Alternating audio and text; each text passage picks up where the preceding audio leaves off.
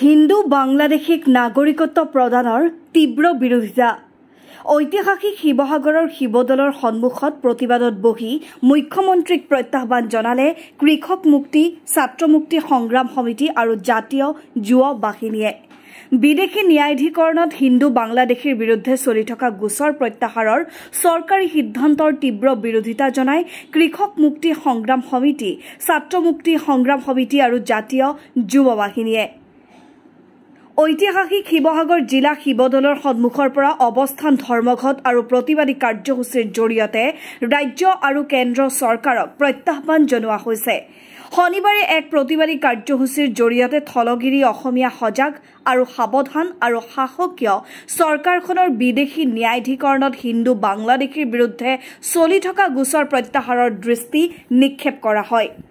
দৌলমুখ চাৰিআলিত অনুষ্ঠিত প্ৰতিবাদ সভাত প্ৰতিবাদকাৰীসকলে অভিযোগ উত্থাপন কৰি কয় যে চৰকাৰে এই সিদ্ধান্তৰ জৰিয়তে ৰাজ্যবাসীৰ স্বাৰ্থ আৰু চুক্তিৰ বিপৰীতে বিদেশীক নাগৰিকত্ব প্ৰদানৰ পথ সুগম কৰিছে।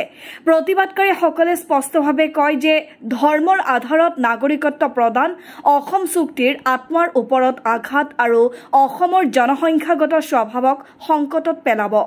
প্ৰতিবাদী বক্তাসকলে আহ্বান জনায় যে বিদেশী চিহ্নিত যিকোনো ব্যক্তিক ধৰ্ম নিৰ্বিশেষে অসম চুক্তি আৰু বিদ্যমান আইন অনুসৰি দেশৰ পৰা বহিষ্কাৰ কৰিব লাগিব।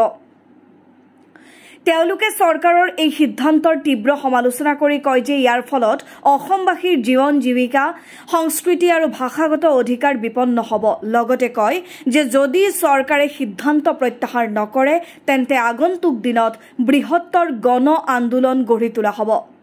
শিৱসাগৰৰ পৰা ফাৰহান লস্কৰ। আজি আমি ঐতিহাসিক শিৱদলৰ সন্মুখৰ পৰা মুখ্যমন্ত্ৰী হিমন্ত বিশ্ব শৰ্মাক ক'ব বিচাৰিছো যে অসমে কাম নামানে।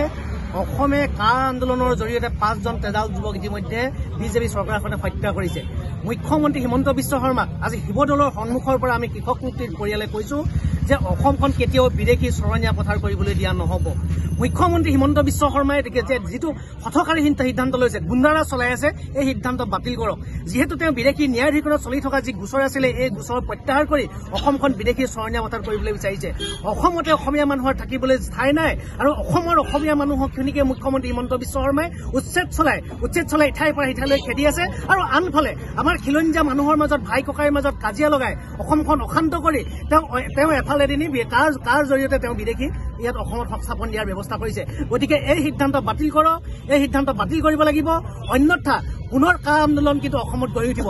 তাৰ বাবে জগৰীয়া হ'ব মুখ্যমন্ত্ৰী হিমন্ত বিশ্ব শৰ্মা। আৰু মুখ্যমন্ত্ৰী হিমন্ত বিশ্ব শৰ্মাক আহ্বান জনাইছো, তুমি কেৱল জাতিৰ মাজত সংঘৰ্ষ লগাই বিদেশী চৰণীয়া পথাৰ কৰিবলৈ কেতিয়াও লোৱা সিদ্ধান্ত বাতিল কৰা, অন্যথা আমি কেতিয়াও ক্ষান্ত নাথাকিম। অসমৰ পৰা হিন্দুৱে হওক কি মুছলিমেই হওক সকলো বিদেশী অসমৰ পৰা যাব লাগিব। যোৱা 17 জুলাই তাৰিখে অসম চৰকাৰৰ গৃহ বিভাগে এটা নিৰ্দেশনাৰ যোগেদি বিদেশী ন্যায়াধিকৰণত হিন্দু বাংলাদেশীৰ বিৰুদ্ধে যিমান গোচৰ আছিল এই গোচৰবিলাক প্ৰত্যাহাৰ কৰিবলৈ নিৰ্দেশ দিছে। আৰু এই কথাটো আমি মানি নলো। টোটেল বিদেশীৰ বিৰুদ্ধে কেছ আছিল 69,500। এতিয়া যেতিয়া এই নিৰ্দেশনাৰ যোগেদি ন্যায়াধিকৰণৰ পৰা কেছবিলাক পৰিহাৰ কৰা হ'ব তেতিয়াহ'লে 69,500 মানুহে অট'মেটিকেলি অসমৰ নাগৰিকত্ব পাব। NRC দিলে, NRCত বিদেশী ওলাল 19 লাখ। হিমন্ত বিশ্ব শৰ্মাই ঘোষণা কৰিলে যে 19 লাখৰ ভিতৰত 5 লাখ বিদেশী। এতিয়া এই নিৰ্দেশনাটোৰ যোগেদি 5 লাখ বিদেশীয়ে অট'মেটিকেলি নাগৰিকত্ব পাব। বিজেপি নেতা এজনে কোৱাৰ মতেই বাংলাদেশত অলৰেডি 1 কোটি মানুহ ৰৈ আছে অসমত নাগৰিকত্ব লাভৰ কাৰণে। যদি আৰু 1 কোটি মানুহে নাগৰিকত্ব পায় তেতিয়াহ'লে আপোনালোকে জানিব যে অসমৰ যিটো ডেমোগ্ৰাফি, অসমৰ যিটো মানুহৰ খিলঞ্জীয়া মানুহৰ যিটো দম, দাদাগিৰি আৰু প্ৰভুত্ব বা অধিকাৰ সেইখিনি কিন্তু কমি যাব।